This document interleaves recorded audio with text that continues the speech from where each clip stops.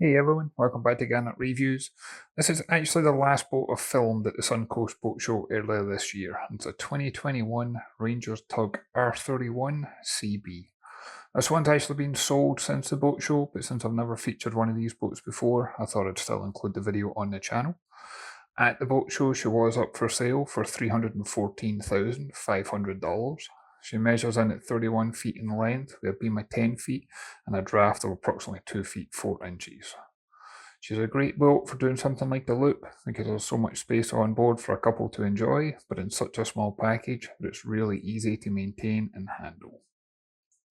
Going to start by going up to the flybridge, because in most boats, that's where you just need to do the close quarter manoeuvring, but in this one, you're going to enjoy cruising up here with your family and friends. So you can see there's plenty of forward and rear facing seating. We also have the bimini canopy top overhead, so that way you can have shade and protection. And again, this boat's only 31 feet in length, but it feels far bigger than that.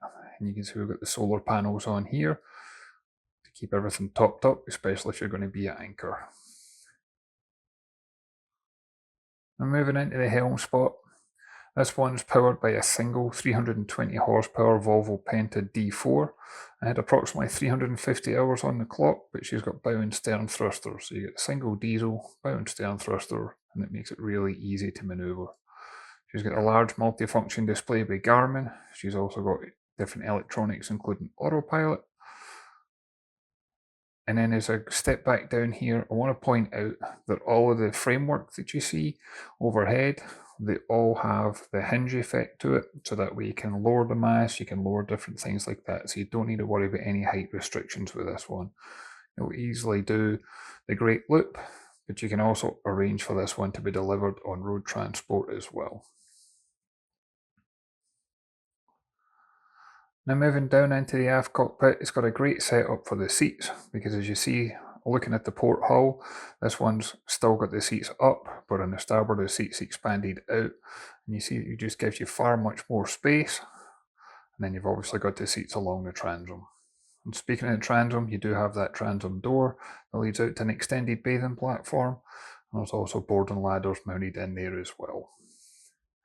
You got the cockpit table, and the most of that hatches and the deck is actually where the engine is.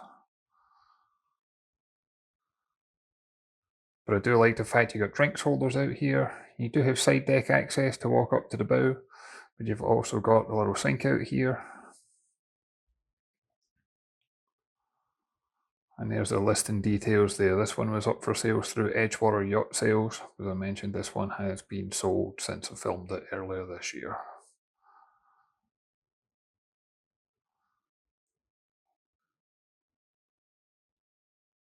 And out here we've also got that mini fridge.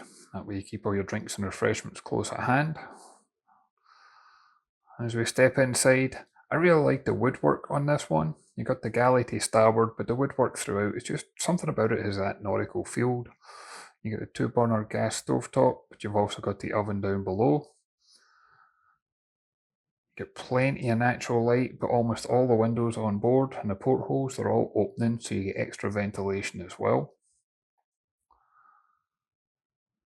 And I love the wheelhouse design. It reminds me of the fishing boats that I used to work on.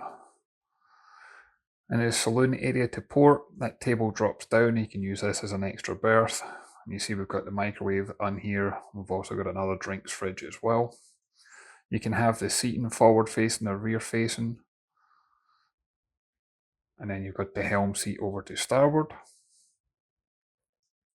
Again, you see those engine controls as well as the bow and stern thruster. And this does have side door access, so it's going to be really ideal if you're doing single-handed or it's just a couple cruising, especially if you need to get through lock gates as well. Large, very colourful screen, plenty of electronics on here, plenty of visibility, and then it's got a drop-down TV overhead. When you're using this as the saloon, you can relax in here as well. And that drop TV is really secure up there.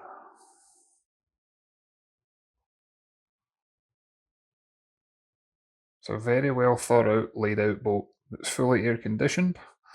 And then you're going to find the main cabin on the bow. It's not quite an island berth, but it's close to it. You do have access to either side. Well, it's certainly large enough where a couple could enjoy spending a long period of time on board. There's a good amount of storage. Not only have you got it underneath the seats, but you got different locker space and drawers in here too. Got TV mounted on the bulkhead. And all the drawers and lockers, they've all got some sort of magnetic pull to them, so that way you don't need to worry about anything opening and closing while the boat's underway.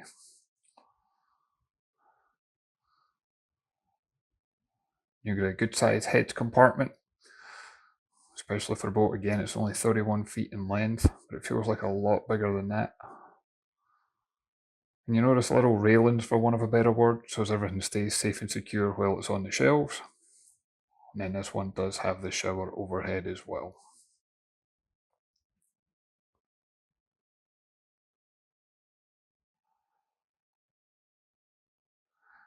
And you can have extra privacy in here if you wanted to. You do have the option of closing the panel across, and then that way you can seal off the forward cabin. As I make my way through, there is one other area I wanted to highlight, and that was down here, because you do have an extra berth that you can use for accommodation, but you can also use for storage, depending on what your family plans are. But this is a great option to have that utilization of both options. And what I was surprised to find is this one's actually got a head in here as well.